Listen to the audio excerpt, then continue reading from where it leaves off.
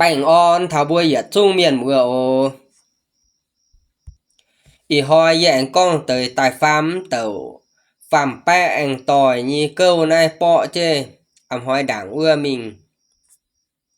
Tài phám tẩu này xê. Anh tỏi nì. Dành quang phàm bẹ ảm bả phàm bẹ yếm hiu tu. Dạng con bọ chê ảm hoi. Tài nhì ưa tẩu nhì xên mũi ưa tài. Ảm hoi này sẽ con thảo. Mà chai đi bọn mình phàm bẹ yổ tăng chê. Này như con hai con vừa này như chàng chủ bơ nhi miền hòa. Nôm hộ cái này sẽ là bơ hiểu chiều lùng. Lô hoi này là bơ sẽ lùng hao phải sẽ dụ này chia bề nửa nôm lùng chàng chún nhé tài vừa. Lùng bơ nhi miền gong phải sẽ hiểu cao hô tích tiền tới tòng ha. Là bơ cho tài ăn châu đào bành này. Cùng á ton hợp xanh ton này là bữa mình đi hà dẻo ưa. Là bữa choáng chết tổng này sẽ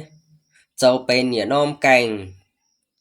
Tại dâm chế này e bún nhỉ tàu miền tăng chế này. Y bún sẽ bún gọi miền tài. Phiền bữa nhé với hổ e sẽ dụ. Y bún nhỉ bún mày nôm cành mà tàu cành dâm này. Hạ bún đi túc nôm chiều lông này bịa nó sẽ có bún dụ tài hình. Hạ bún đi túc bịa cao chăm nôm. Em ta hiểu ưa bún hình á. Nà sẽ mà chai này hiểu ta phàm bẹ tăng châm nôm cành nè. Nì đi tu bia xẻng. Sẽ xẻng cho phàm bẹ tăng tu chủ nó. Nôm chiều lông nè biển nôm cành nó nhủ chia liu ấy nếm dầu hoài này. Anh tòi á. Hắn sẽ có nì đi bia nôm linh chế mình này. Mà nôm bia nó nhủ phàm bẹ tăng hình nó. Mà nôm biển nôm cành mình nó nhủ chia liếm lên tài chủ dầu chun này đâu như anh tỏi nhé. Phàm bẹ này là anh chê ô sâu trên này ti chê tăng chê. Tao mà chai này xe đi này chiều lông mình á. Bà nếm rồi có bảy đi biển nôm cành lỏ nếm ta bảy tối chê này. Phàm bẹ như xin chẳng phàm bẹ như hiền này. Ta mạng chàng đi chàng như phàm bẹ như hiền. Phàm bẹ như là khuất này. Tại đi mình y xàng nhá. Phàm bẹ này sẽ chẳng mình đi chiều lông hà dẻo này giống hài sim giống hài trọ nhé. Cao chủ này đi chủ y xàng chiều lông bỏ chủ này như hiền bỏ chủ này như là khuất này môn nhé. Anh này như dập bành để chơi giam gì nhá. Anh tòi này dâm béo lóm quạt phàm bẹ. Nì sinh tàn này để nhìn đầu cao quạt phàm bẹ mình hài nhá nó. Để nhìn đầu cao có cái hải có mình hoa này. Là vừa đi chiều lông như bánh này nhá nó. Nì ham tài vừa phàm bẹ này giống tỏ hạt trả tài mình trao tỏi mình đi chiều lông. Ý hoi này mình hoa nông bánh này yế dìa mà hãy nhổ xỉm bê nó. Nì sinh tài thiếu chế mình mạng. Thiếu mình thao nông tòng ấy dụ bản. Tao má chai này đi. Tới chiều lông mình bỏ ta phàm bẹ đổng hài như môn. Nì sinh tài mình thao mình. Hiểu phàm bẹ tụng dâm này bù nó tao đi chiều mình bỏ nè á. Hiểu dồn sim gọi nhá tụng cháu tao xấu. Tao như hiếu chun hệ. Tao như hiếu tổ hệ nhé. Thì tao với tao ấy hiểu dấu này môn hệ nó. Phàm bẹ này có sẽ hiểu anh tòi em tụng ra hơi. Côn sim xuân này sâu này cái hên mạng tụ nhá. Nì cháu má chai con hò nhá nó. Nì hệ hình quan này anh tòi sâu phiền mình. Tao má chai này rồi anh đi ta phàm mất nó mình á. Tại anh chén sáng sẽ chủ cho phàm bẹ như hiền này. Chuyện giam đã hài như cham ta mong lồng hoàng nhé. Anh tòi sẽ kinh quản hiếu môn hãy nhé khó liền hãy á. Nì sinh tài mình thô phàm bẹ. hiểu phạm bẻ tụng hang này trốn tụng bốn tao đi chiều mình bỏ nì cái sẽ có liền hãy nhé nè phạm bẻ đồng hải con hiểu in tòi ấy tụng giờ hơi dùng sim lồng sâu lồng là cái hên mạng ha tụng giờ hơi nè mà trai con ô mà này bữa y tao xe dù con nó trao tỏi luôn hả nha hắn này sẽ y tao ti tăng che y đi chủ hạ tao nó xem tao hạ tao chủ ngài á nó phạm bè giờ khó liền anh tỏi hả nha nè phong này anh tỏi sim phiền mi em buồn điểm này giật phong anh tỏi sim phiền chia mảnh ấy ô anh tỏi bảo phiền dù dạng với mình bỏ trở nên như bữa môn nha đảng viên tại tùng đảng viên cho nè tao mà trai bùi với tao viên này dù mình buôn phong này tiếng chủ anh to như bữa môn mình em rụt sáng nay anh to giang giờ này mình ấy dù anh chủ là pi các chủ năm tông này cha đô cha số em sam tòa trên năm cha hồ xe mà cha anh tài lìn chơi đi y nom tới chiều lồng bìa này phạm bè như lực khuẩn cả xia ô phạm bè ta cái môn cao môn lồng giảng nha nó chả hồ xe pia nom lìn chơi mình pia nom bong này yo pia nom chiều lồng này yo tay đối với nhím mày nom bìa của những cành hàng này xe phạm bè này hình nhá phạm bè thành ta con hiểu mà chai dấm ruột sáng chàng lồng nhớ bữa miền chả miền con quả ha miền chả miền sâu xỉ ha ở dấm này chỉ liu mới tụ cho chun phạm pe ổm ấm tụ cho chun anh tỏi ồ nè mà chai này xem tại là anh chơi quả dấm này mình anh nếm cho chun anh tỏi nè ở dấm này sẽ lom dài rồi anh mà mai này anh tỏi dầu đỏ môn sơ giam mình phạm pe cháu trên này bao nhiêu nấu cao chính tại sao này anh tỏi chế ruấn hoa là bữa chó đi như tỏ ta tao phìn sang chiêu như xia này chính ta chó đi ta này căn anh tỏi ăn chứ lò đi ta căn anh tỏi piêu chứ nhé này như bữa anh tỏi yo đâu như liềm trời moang mình rồi bữa chứ này sầu phải chỉ chính dòm ha yếm giờ thì nó lừa con này mà lộn chân tham phải phạm bẹ cho này như nấu cao này ta cho trên này chỏ đi như miền là vừa chia tàu dương trên này mạng anh tỏi em rụn sáng đây nè ở phim tới như hang bầy quản nó nên ta dùm tình liều như hiểu phạm bẹ phạm bẹ ta con ô gì hôm nay ha ồ gì hôm nay ha nó không phải anh toàn ta nó hiểu ha hiểu cao này anh toàn này xin ta phim chàng ta nên xin ta phim tỉnh ta nên mà quản phạm bẹ em trên này phạm bẹ xin ta này cả tới ít tàu đi sai này ưa cho hai nhung anh tôi này hiểu đọc tới tiền ha cho hai nhung ấy hiểu xuất giam đồ này như tham nè tới đi sai này nếu xin ta con ô này anh tôi này sẽ đảng ưa miền buôn chủ phong tình rồi này như bữa môn hay như tùng này xem tay đi sáng ít sáng chọc chứ tay này xin tay xuất giam nằm tham ha nè là phạm bè thì ta có vừa hiểu anh tỏi chỉ liếm rồi sáng ấy mà hành nhung miền cho chun phải xe mà hành nhung sĩ tàu nó hiểu tụ bị phạm bè bữa chứ tại phạm bè nó này đảng vừa anh tỏi này cầm gì phạm bè xe giàu hơi này giống bữa anh này giống bữa phạm bè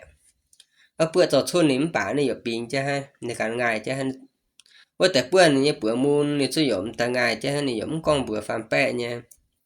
ý chán năm chàng hồ này phạm bè hưu tu phạm bè chính là con như hiểu chỉ lừa anh tỏi tụng bình này hang này anh tỏi giờ con phạm bè nhổ xe tụ nhé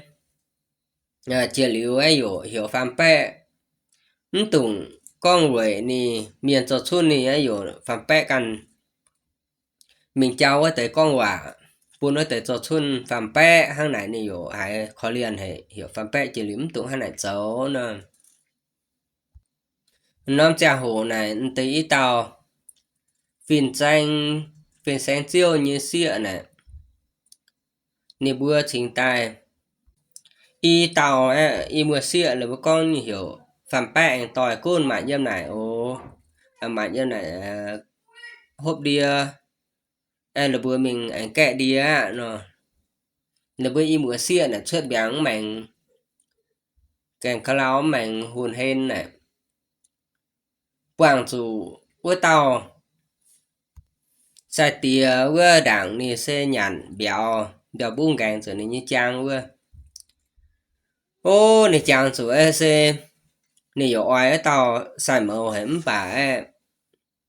nì trang chủ béo bung càng trở nên mình nì kì xe hải nhẹ hả nì xe quảng dẫn tới tàu xịa này nì nải cám tới tàu xịa ông hoàng nì béo bung càng trở nên bữa mạng quản nì sẽ kia mạng cao phai nhẹ hả phải xe nó tàu xịa phai này nì có xe ô nè chủ nhẹ lò hiểu tao sẽ tiếng chủ nhẹ lò này đâu có như nhàn bung càng chủ này xe vừa mũi xuân ha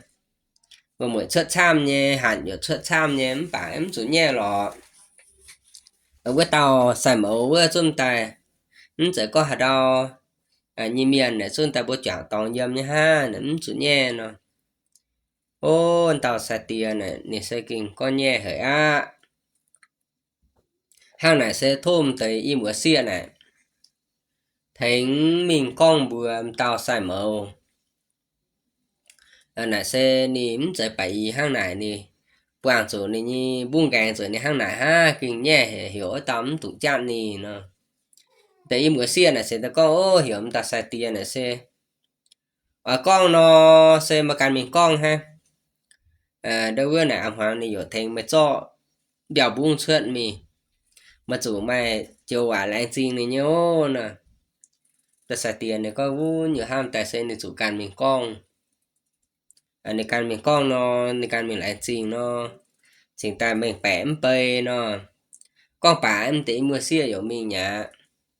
cho xài tiền này này xe của ta can chê trao này hùng treo hoa tàu xài mở dâm như tòng mình á mình tháo sâu trên là càng có lao này này đồng hai nhanh hiểu ở tàu khoai càng hiểu ham ấy tổ ai con hà nón bơi ham pháo ham gì ạ ham mình ham tài giống như tôi hà nó con hải chàng rồi nhẹ hả nhé này như hiểu này nông cha hồ này này sẽ oai tiếng ở tao xài mở nhá lô quán tao xài mở này sẽ chàng tôi rồi chàng tôi bền miền này này hiểu ham hởi á tao xài mở này này dâm còn nhớ béo này nếu em tao xài tiền đã hay như dâm này sơn là càng này nhem hiểu kệ khoai càng chưa cao kiến sẽ lao hởi á mà anh ta xài mở dâm còn nhớ béo này giống hiểu rồi nếu như tôi bài miền như là càng có lao chưa nè anh này hiểu anh mai con sợ cái gì mình mà xỉ tàu mấy hoa bữa tòng á như xin ta khoai càng xuân là càng có lao ấy ô ta hẹ xuống tàu xài tiền này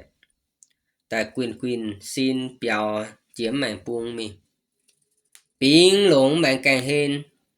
chuyên ta xài mở xảo chuyện mẹ này hiểu thiếu tài oai giấm mảnh cả hai nó hai mọi hiểu ai hiểu nhanh hiểu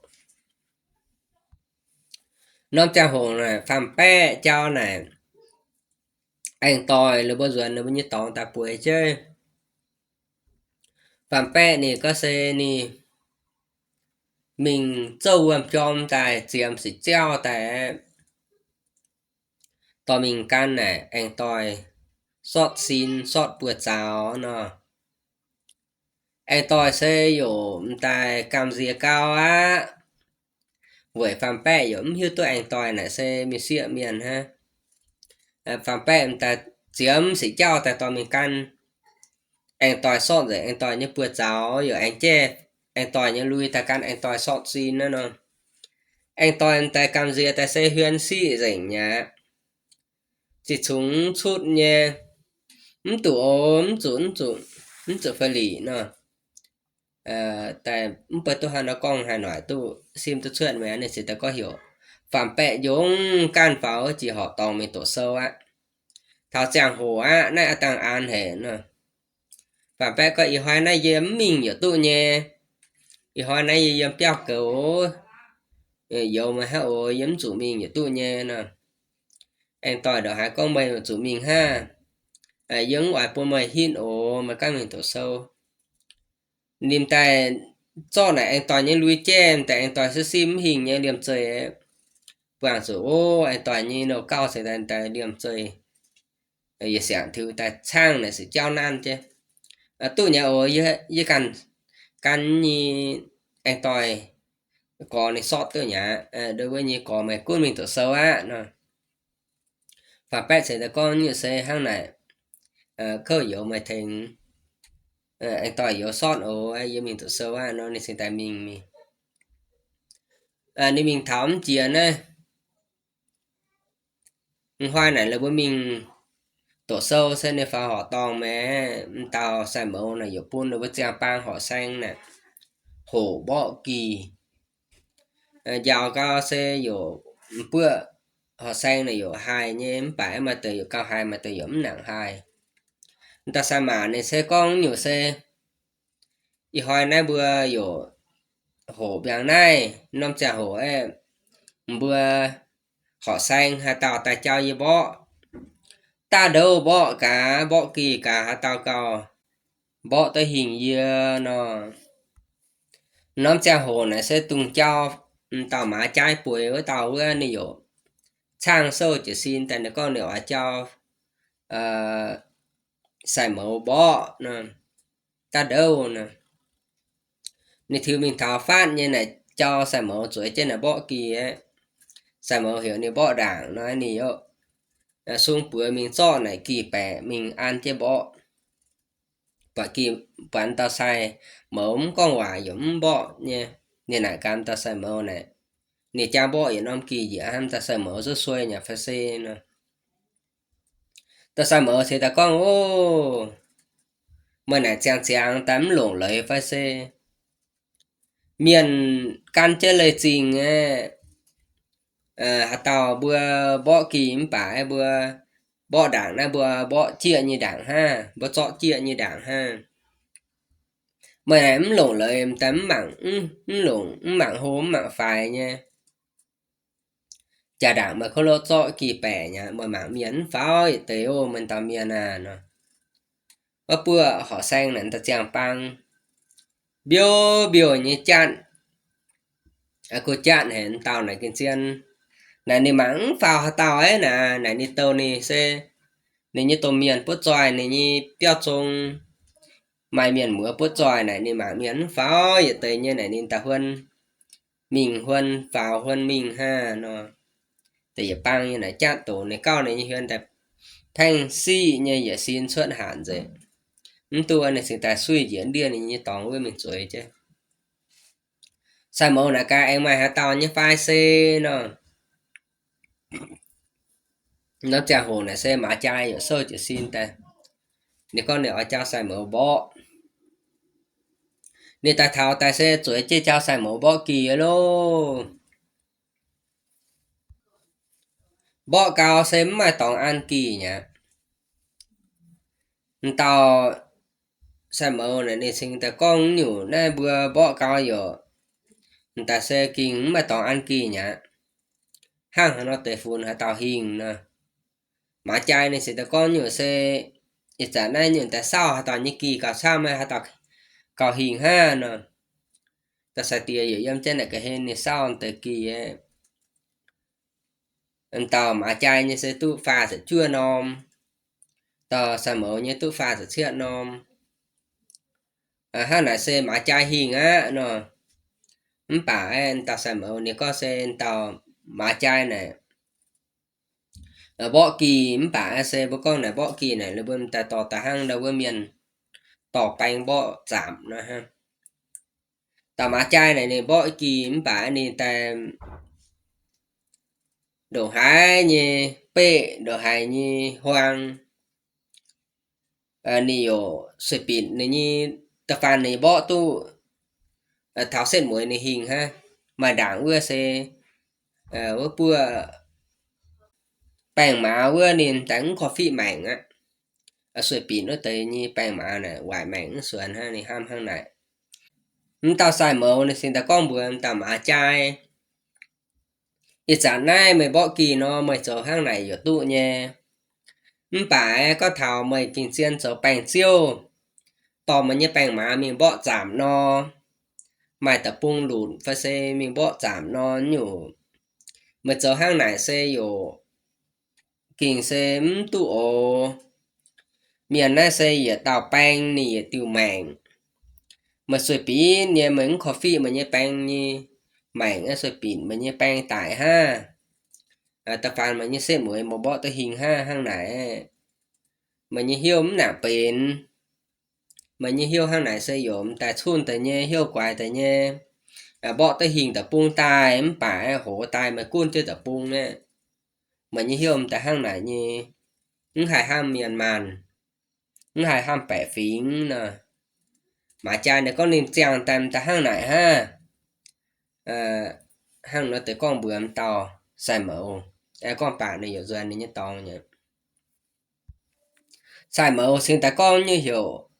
phạm bẹ vào tại cháu này bỏ cá nè phạm bẹ xin tại vào tại cháu này bỏ rồi trên này bỏ tôi也giảm cờ kỳ chỉ mình xếp muối phạm bẹ dùng tại xôi nhá tao phiên xanh tao xài mẫu này xin tại con nếu có phạm bẹ như hiếu sẽ chuẩn hệ nhé phạm bẹ như hiếu ở trang hệ hiếu chính hệ nhé phạm bẹ này sẽ cũng tại nó tới tròn bùn ha mày bỏ miền nếu con vừa phạm bẹ hang này sẽ hổ tài mà quảng chủ đâu tập bung lùn miền bỏ chả bỉa nó sẽ vừa khung hang này nó tới tròn bùn nó ta miền bỏ vừa vươn ta xuôi nhỉ vừa giờ也到chiều này vừa ở chủ tròn bùn vừa nhím bả vừa ở chủ bỏ trên miền vừa mảng hàng năm tòng bỏ tới bỉa vừa bỏ miền vừa chính tại chỗ tư hình miền ha nếu hiếu tôi phạm bẹ sẽ hổ tài xem giấy tỏ bánh bỏ trả như miền phạm bẹ này sẽ hổ tài sẽ chờ để tao chiên cuốn miền màn ham phải phạm bẹ như hiếu xuẩn hệ hổ tài ở dưới đó miền tổ như miền hai chỗ xuân phạm bẹ nó nếu con vừa phạm bẹ hang này phạm bẹ con nì xe hiếu này nhủm tại cũng ham chê ta phàn hổ tài nên chỗ tôi để tao tôm chiên lúng hải chiêu cầu tu miền màn lúng miền màn cho nhặt cho hốp dân nhiều bánh on hang này niềm tài lúng hiếu á nếu con hang này vừa xài mẫu con mà như hiếu sẽ xung hải ham tự trang hệ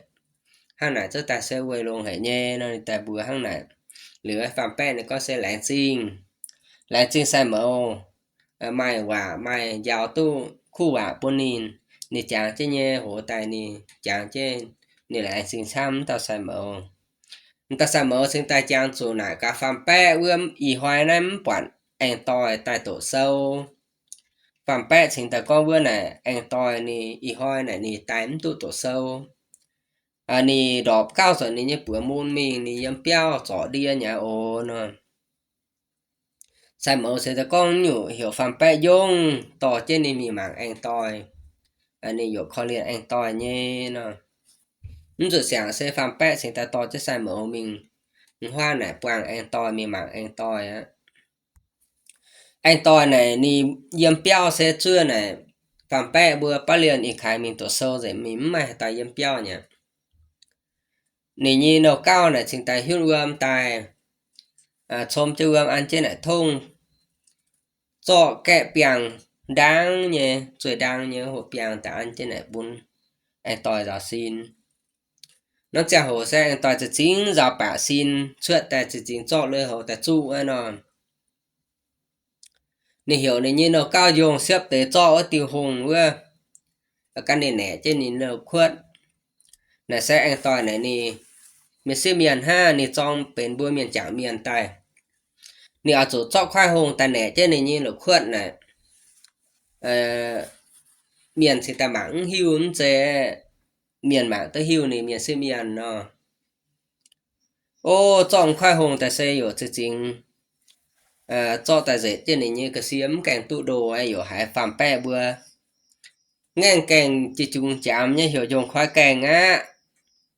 ở phiên xanh nè đối với những xài mẫu ta mạng anh tỏi nó tụ sĩ anh tỏi chính ta thiếu phao châu mình ta chọn nè xoang ta côm chết giang tàu miền liều nồng con suốt ta ha ô phạm bẹt khoai càng bịa ta này ca này anh tỏi sớm nay đường này nhi dựa rồi anh chọn xoang ta côm trên giang xin miền hang này nít thiếu mình khoai này khoai xoang riêng khoai xoang anh tỏi sẽ con có mến tủ riêng khoai xoang này giờ ở hộp luôn nha hít tăng nó giờอยู่chủ xa tại xe buôn hà tại khâu hỏi nè hết rồi phạm bẹn này chính ta cảm diếm riêng khoai xoang man ta sai mẫu này đi biển này mini hải rồi đang hết như này con này sau hành nhung với như kênh đời này như rồi đang tỏi này con này trang giàu bả xin này các em tại biển đang như này tại ăn chứ giàu ta sai mẫu mình mảng này bữa biển này xe mình sẽ miền lộn nhị biển ha này hải rồi đang hệ màn ta phạm bè này nì dụ mình tháo sâu trên này cái hên rồi hải như dụ bản anh tỏi xuất hạn hay như này mình căn này anh tỏi sọn hạn nó anh tỏi như nó cao dụ anh thiếu mình tháo mình sang gì cho ta căn anh tỏi sọn hạn phạm bè sâu cho cái hên này trước bản tùng đảng vừa anh tỏi này dện khoai hồng này xe đánh cái tu đồ lò này cao chút nếu với liềm xây thư phá sầu hoang hay cao khoai hồng này tay đối với như chớt cái nhựa tay này sáng côm đi côm buổi chớt khoai hồng như tàu tay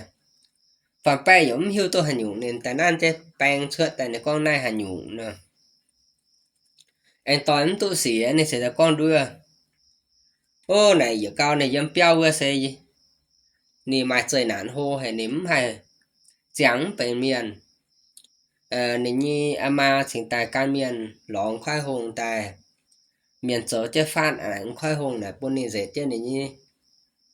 cái xưa để chính tài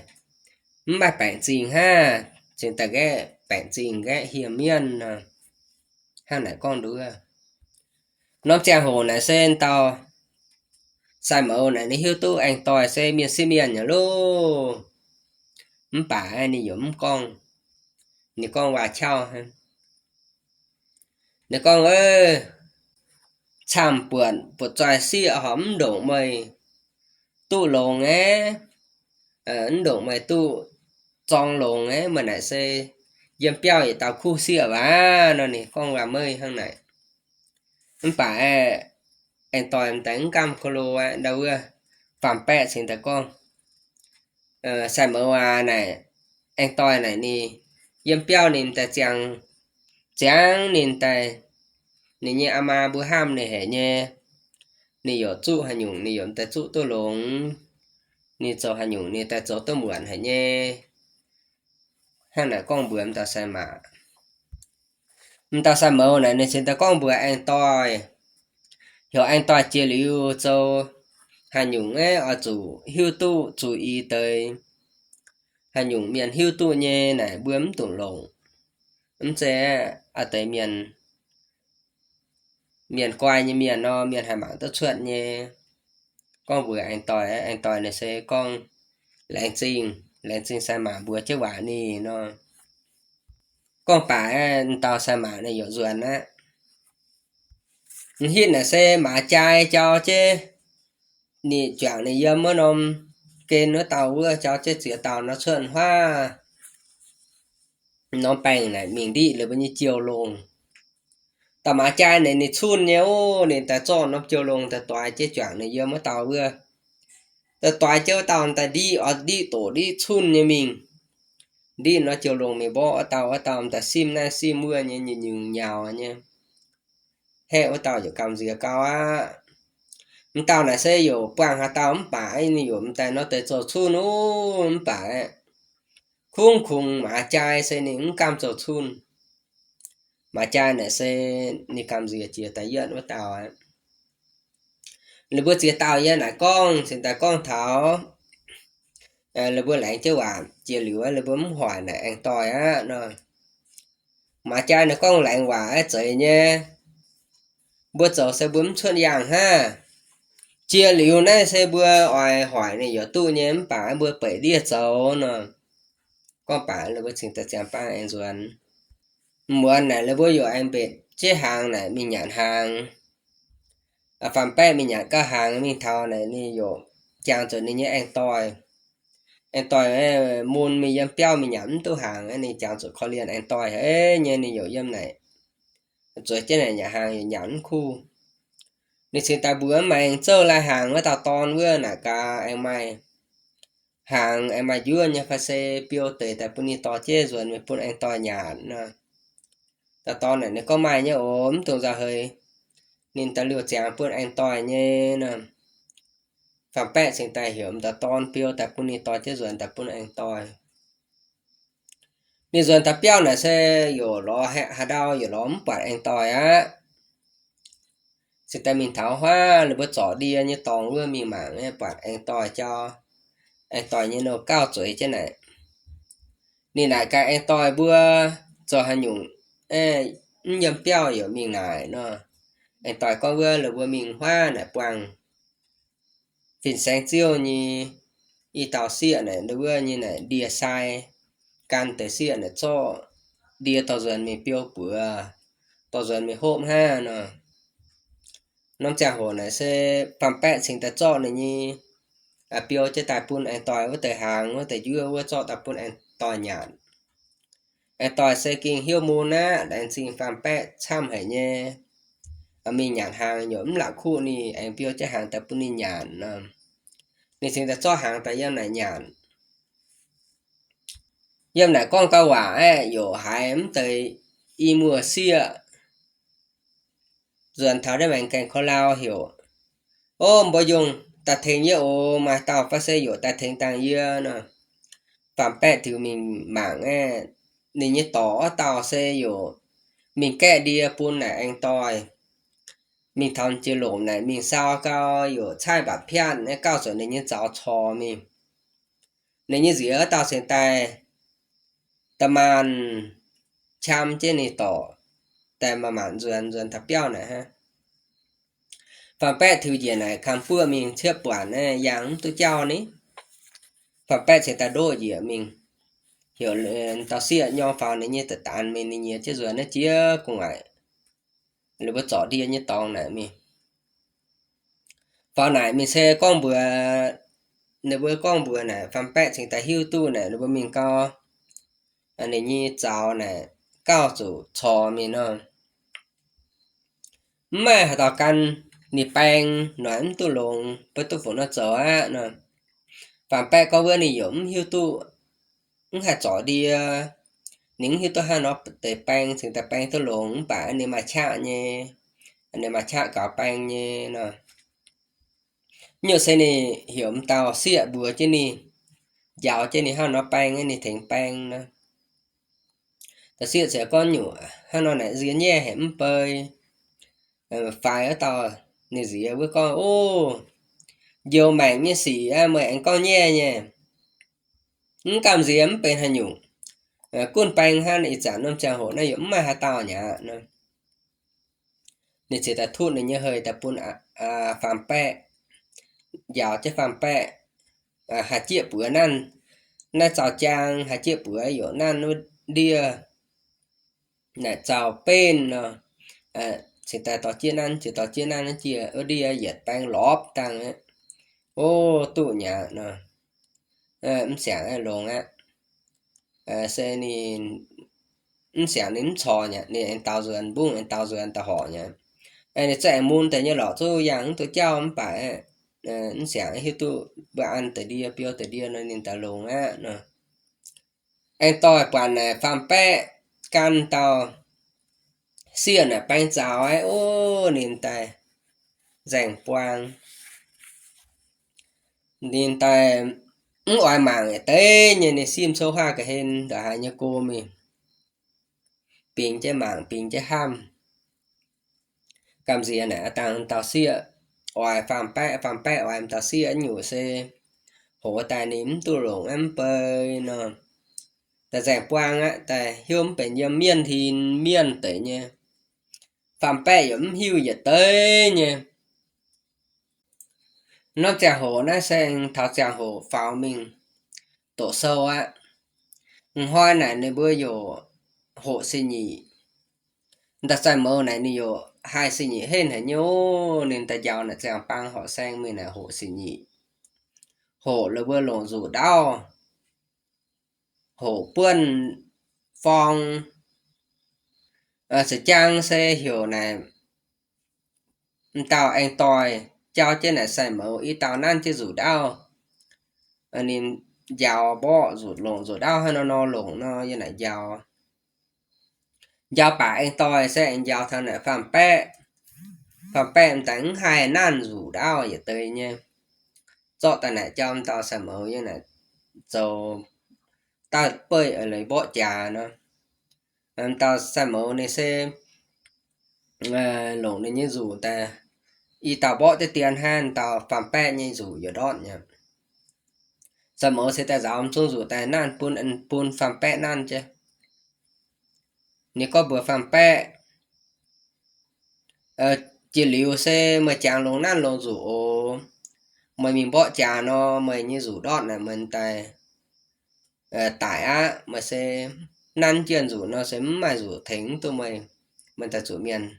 bỏ tải á rủ chàng lồng nan lồng rủ nữa hay là con vừa phàm pe mà trai nên ta chửi cho mày miên miên nhém phải phủ nhựa tơi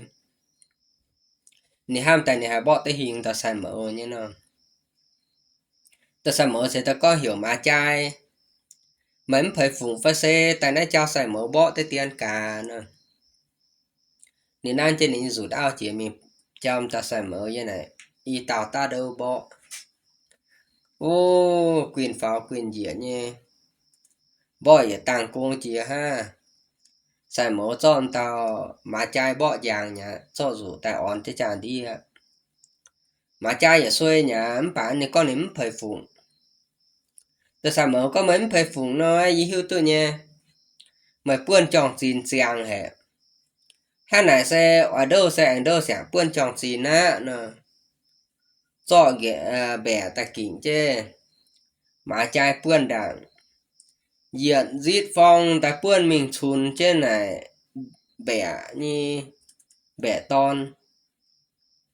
chúng ta xài mở ấy này xin tay buôn cả ha nếu có hiểu ta mà trai mới phải phụng này hiểu mà trai cuốn mạng lùng nè ta xài mở này cho này như phong chịu chứ nó bẻ buôn diện giết phong buôn mình thảo ta cho này mà trai như phong ta tìm bài rồi im anh nhỉ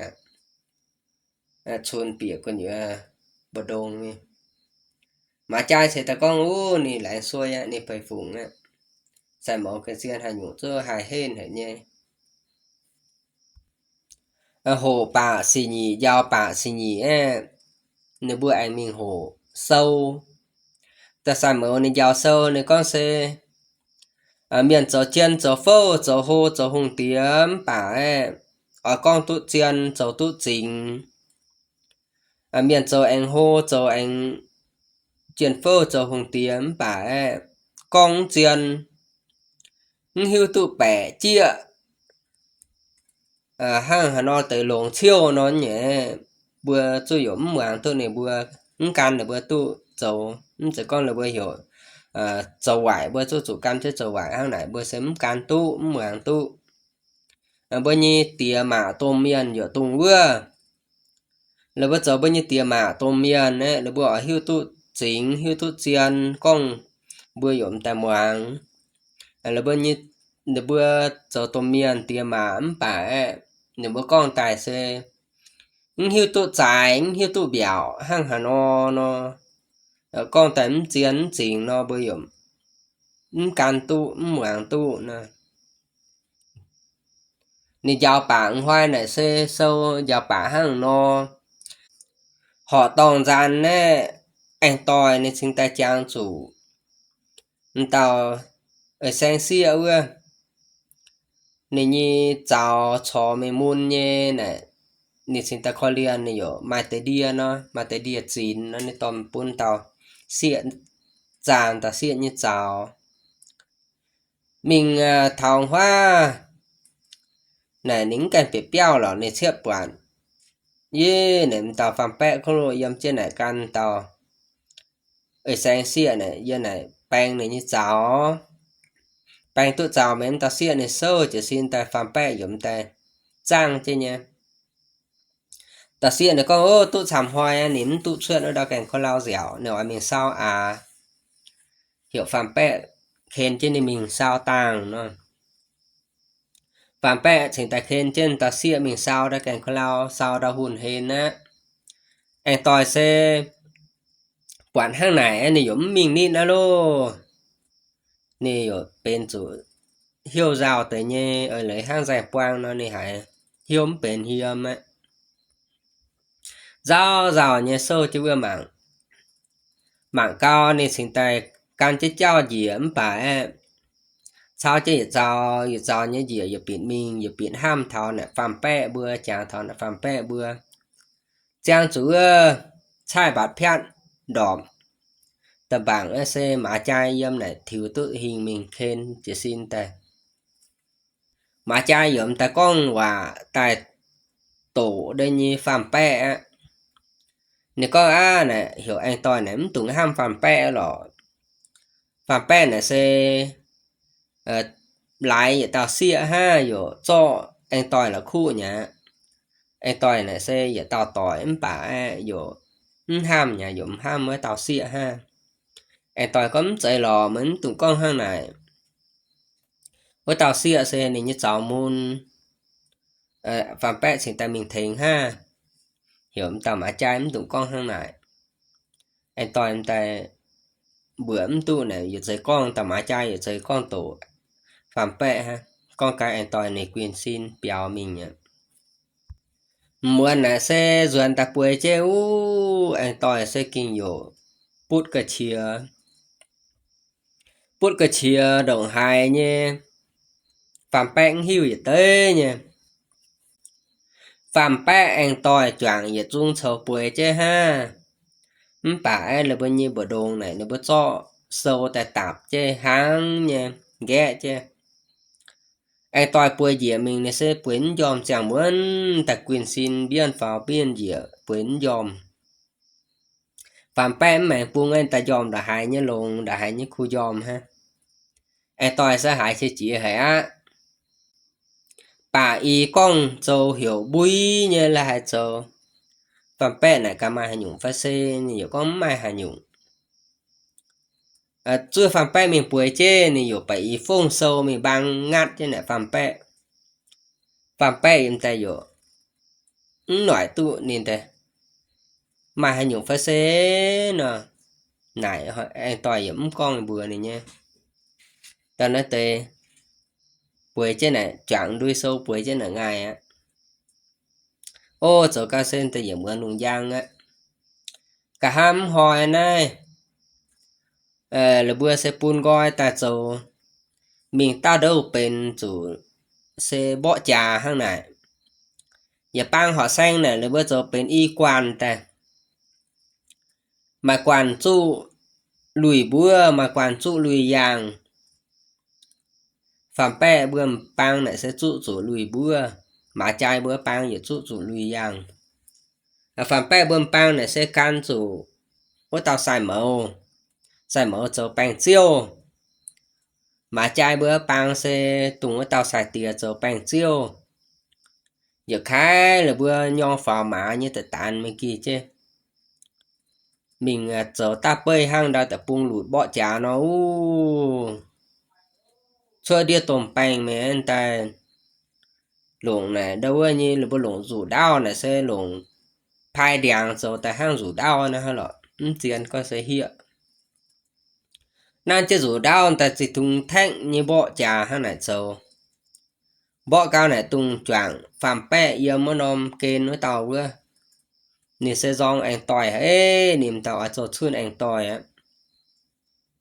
nên mình thao mình bộ anh tỏi chỗ tổ chỗ xuân anh tỏi ấy ha nó bộ hình anh tỏi này chính ta chỗ béo nó đuôi anh tỏi chủ thêm nì mình ấy nì y tao kỳ mà mình hơi lọ anh tỏi ấy chủ cả ha như tôi tao tại trà đảng cho hàng tại trang giảng hoa châu nhỉ anh tỏi chủ thêm mình thao này cô như biển hoa nó lụm của như mình với tao sẽ tại bang hàng ấy ô dệt chuẩn tao anh tỏi như mà cháu ấy rồi cao mà anh ta trang chúa tôm ra luôn đó mẹ anh tỏi sẽ ta đọm này mẹ tôi anh tỏi quáจะxin ta thiếu chút lo quyền com nó lộm bây giờ lõm quản ở tao ha nó hiểu ở tao hiểu chuyện ở tao bình cho đó lộm hen chú anh tỏi ở tháo này nhìn tây bỏ gì anh tỏi muôn nhỉ tại nó tây bình chơi niệm chơi nam bỏ anh tỏi ha anh tỏi có mấy này mày bàn giấy nhé mày miền chính miền nhé nó mày chuyện tại cháu giờ bỏ tồn hay tao hình phải xe hay tao xuôi mà mày hắn nó tới cho hiệu quả hiệu chun như này bình chứ cái hình niệm chơi nam bỏ gì ha nó con ở tao mai chuyện tại nó tới bình chứ này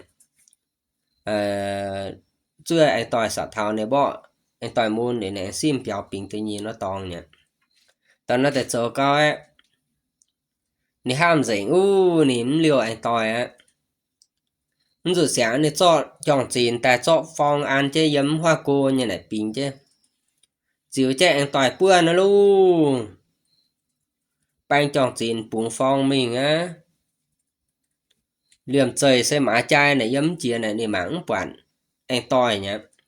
vậy xe phạm bẹ chả hít lõm quản anh tỏi sẽ hiện hiểu anh tỏi bà lõm quản anh tỏi phạm bẹ有ai chuột can thế cho mình lo anh tỏi á này tung băng này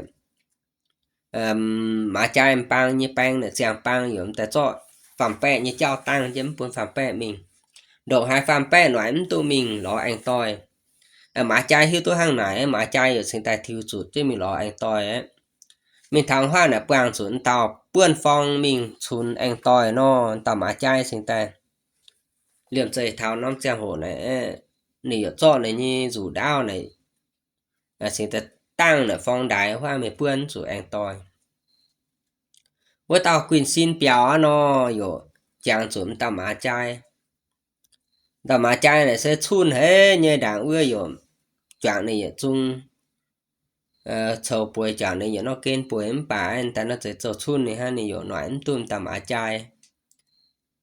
này ham tài anh nhiều ê này ở chỗ bươn tầm á chai tại mình rụt sáng nhà em bang họ xanh này nên ta tụ giờ chiều á mà tao nói tôi này á nó